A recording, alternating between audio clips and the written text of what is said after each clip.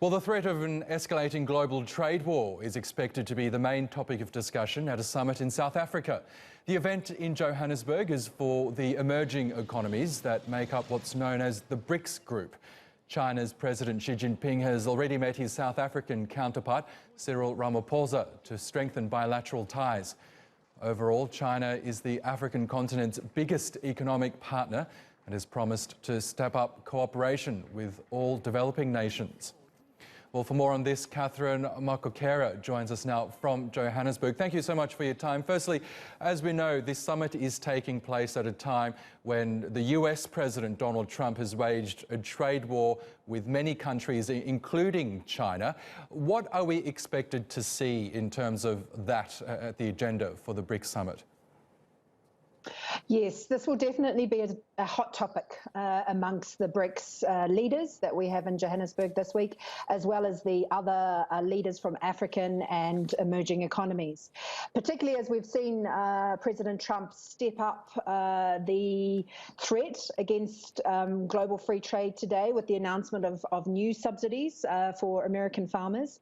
I think that what we would expect the BRICS to do is to have a very strong message confirming the multilateral trading system and the importance of a rules-based regime. Whether they'll be able to go much further than that as a group remains to be seen. Yes, and obviously China, we know, has a big stake in Africa. It really is the only significant power that's investing on the continent. I'm wondering, what has that Chinese influence and investment done for countries in Africa? The Chinese investment has been quite significant, particularly in terms of infrastructure, and that remains the main focus. Even the deals that we saw mentioned in South Africa yesterday, signed between China and South Africa, they relate to infrastructure. They were about energy, transport and logistics, and telecommunications. So the Chinese willingness to come in and to put money behind hard physical infrastructure makes a big difference in the African continent.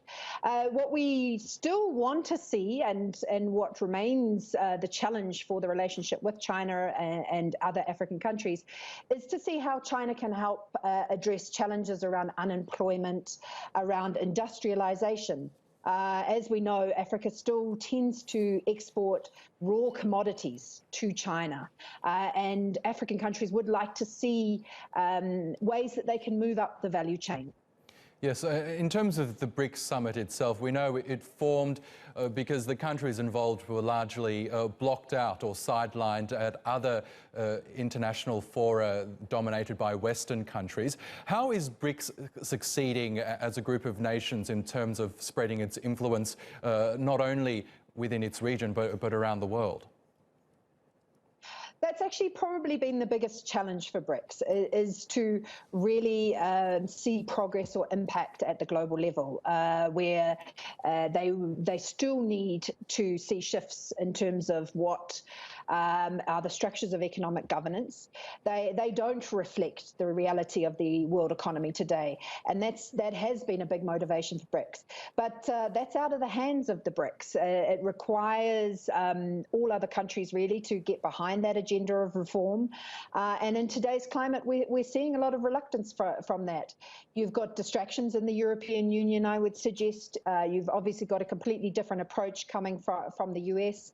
Where I think BRICS can really make some progress is with the BRICS Plus initiative that was started last year by China, and we're seeing it continue in South Africa, where we have 13 other non-BRICS countries coming for the summit, including the president of Turkey.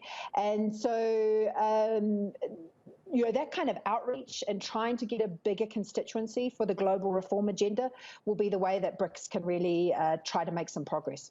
Okay, Grant Makokera, thank you for that analysis from Johannesburg.